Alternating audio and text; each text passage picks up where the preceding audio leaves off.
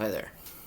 It's been, I don't know, a month since I made a video, or a real video and not just a short or whatever. But lots of reasons for that.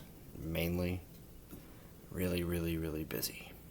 Um, so I apologize if you were hoping for a video sooner, but here it is. Good morning, because it is after midnight here.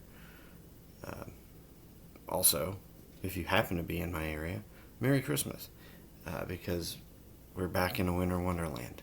So, a good day for snow, I suppose, and hopefully tomorrow as well. So, what this video is going to be is one of my neat pours of a whiskey where I'm going to tell you what it is. I'm going to tell you about what I get from it. If you happen to have had the same whiskey or tried it at some point and you disagree, cool, let me know.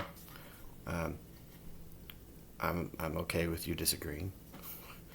Everybody's palate's different, so I'm going to go through this one, which happens to be from a Colorado producer. I have several bottles from this producer. I like pretty much everything that they give me, and I'm pretty happy with it. So, without getting too lost in the words, what I'm trying tonight is Easy Elegance from Art of the Spirits, which is a cask strength rye whiskey. Clocks in at around 127 proof, because at that proof it's a little tightened up. It's a little hard to get your head around. I add a little bit of distilled water just to open it up, make it easier to taste. Personally, I find most cask strengths to be like that. I'm not the only one. They just need a little bit of air and a little bit of opening up. So a little distilled water doesn't hurt anybody. Now this is aged around 2.5 years. Of course, I've had this bottle for a minute. It was given to me by the owner of Art of the Spirits, who is a friend of mine. We go back a little ways in event world kind of scenarios, but now we live much closer to each other, and we see each other quite a bit more often than we used to. And this is one of the first bottles I ever got from him, and I really like it. But let's go through the actual tasting notes that I've made. So here it is in the glass, right? It's a good dark amber color. And on the nose, pretty much immediately, like sitting around a campfire. Also has the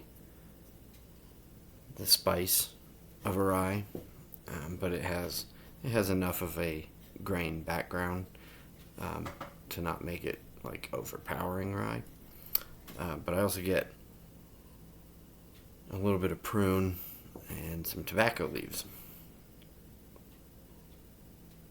Nothing wrong with any of that. So, let's take a sip.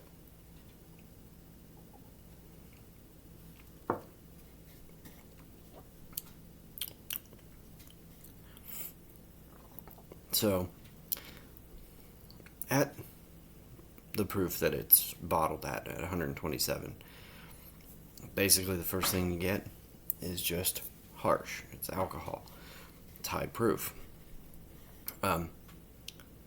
So, the reason I do the distilled water, I get past that a little quicker, and it's a little easier to get the other stuff that I really want to taste. Um, and of course, I'm gonna say now that I'm not a huge fan of rye. Typically, when they're done right, I like them. I've had a few that I liked, so we'll get to those another day. But in this case, once I've let it open up or done the distilled water, the taste is almost immediately, for me, dried dark fruits. So maybe prunes that you've had out a little bit.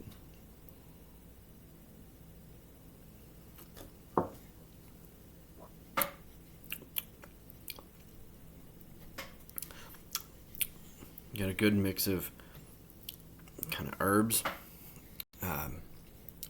almost a little basil, some cinnamon, maybe even a little paprika. It's just slight. It is slightly sweet.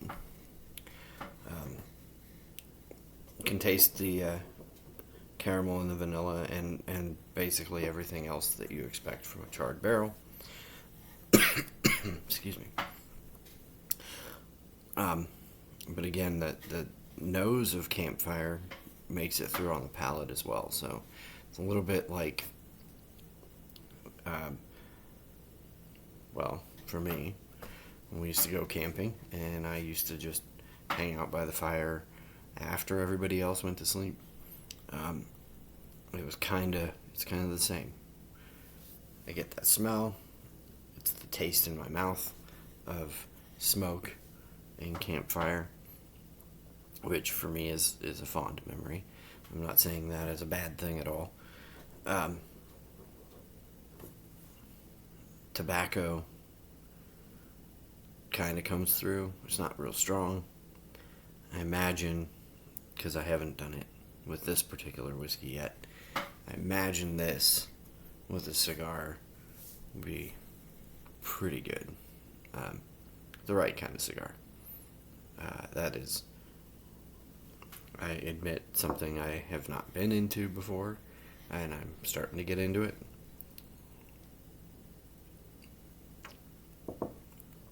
And I think this would do really well with a good cigar.